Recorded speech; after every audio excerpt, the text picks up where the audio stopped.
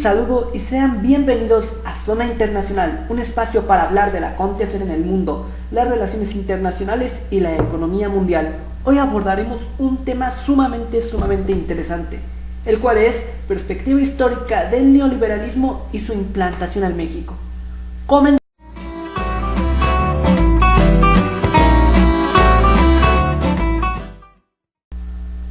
Desde hace poco más de 40 años, el neoliberalismo ha sido el modelo que ha imperado en la escena internacional. Por lo tanto, hoy, precisamente en esta actualidad, hay que ponernos a pensar en dónde surge este término o cuál es su raíz subterránea. Desde una perspectiva histórica, encontré que en toda la literatura que se ha escrito sobre la materia, precisamente en 1944, con el texto Camino de Servidumbre de Friedrich Hayek, en esencia, se nos habla concretamente del término.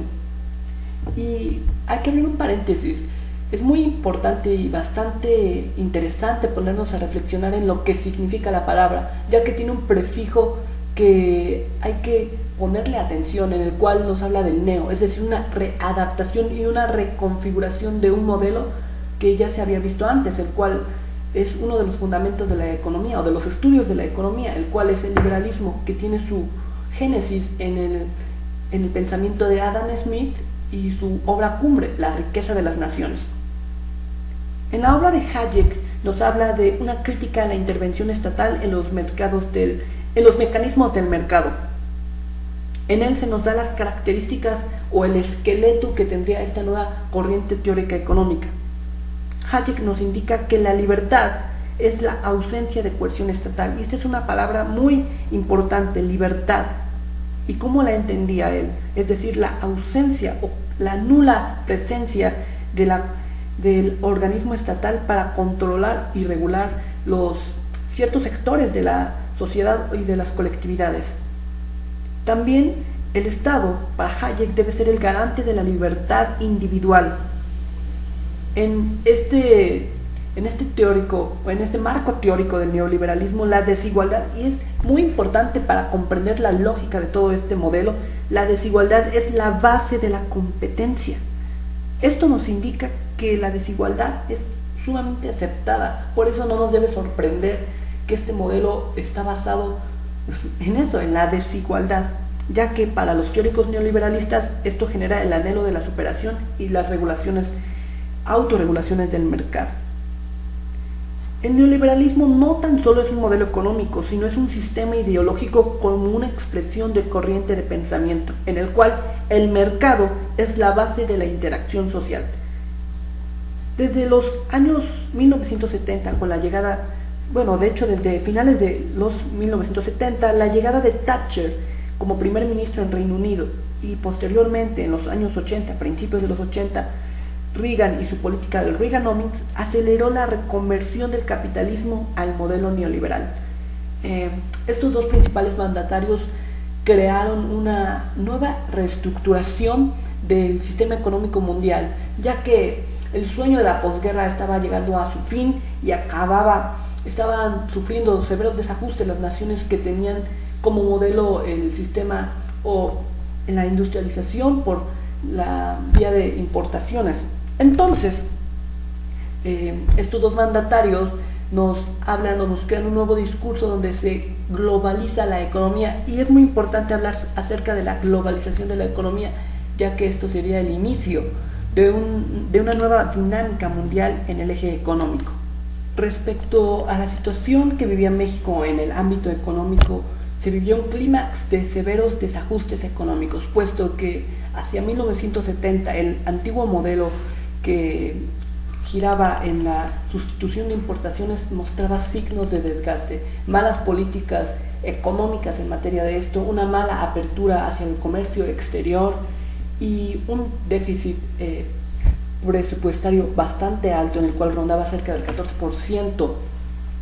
Nos habla acerca de bastantes desconfiguraciones que ya sufrió este sistema, y donde se ponía sobre la mesa la reconfiguración de un modelo económico. Bajo este sistema, el país adopta una política exterior económica donde se tenía que trabajar en este nuevo marco, donde se promovía ya la apertura total del comercio bajo los bajo los paradigmas del neoliberalismo y donde se trabajó una bilateralidad, una apertura hacia tratados multilaterales de economía y también donde se aceptaba trabajar en conjunto con el Fondo Monetario Internacional para superar las crisis, el endeudamiento que el país vivía.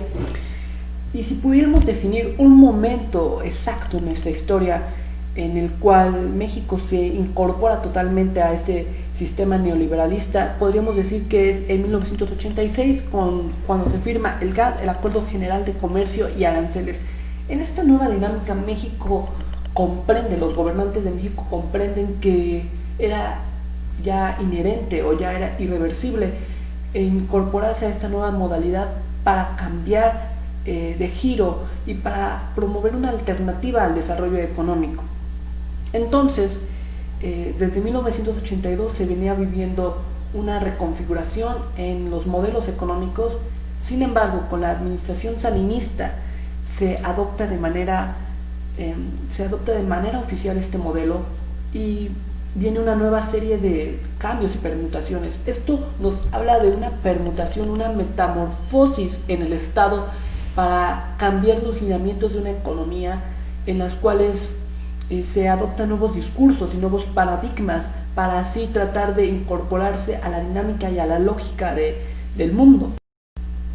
El doctor en economía por la Universidad de Notre Dame, Enrique Dussel, explica en el ensayo Crisis por la industrialización orientada hacia la exportación, condiciones y opciones, el cual se publicó en 2008, tres de los ejes fundamentales en los cuales viraba la política de desarrollo salinistas, en el cual se nos explica la lógica y todo el entramado que era inherente a este modelo.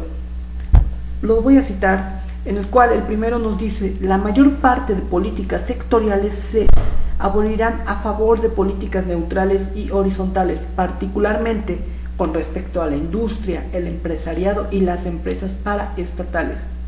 En segundo lugar, tenemos que la prioridad del gobierno es estabilizar la macroeconomía. Desde 1989 se entiende como el control de la inflación y el déficit fiscal. En tercero, tenemos la reprivatización del sistema bancario y financiero. México, al insertarse al marco neoliberal, se aventuró a buscar nuevos horizontes económicos y se abrió a mercados tales como el latinoamericano, asiático, europeo, aunque en menor medida, y sobre todo resaltando el mercado estadounidense, donde la agenda económica giraba en torno a los recursos energéticos, siendo los yacimientos petroleros y los gasoductos la principal inversión que recibía México para fomentar la industria de este sector, lo cual esto llevó, por ejemplo, a crear un gasoducto muy importante, uno que conducía de Chiapas a Tamaulipas recursos energéticos para comercializarlos con el vecino norte. Y a raíz de todo esto, de toda esta cercanía que tuvo México con los Estados Unidos, se puede comprender la dinámica neoliberal y también los regionalismos. A manera de conclusión, quisiera reflexionar en que este sistema, este modelo económico trajo obviamente un dinamismo a la zona. A México le dio una multilateralidad económica bastante considerable.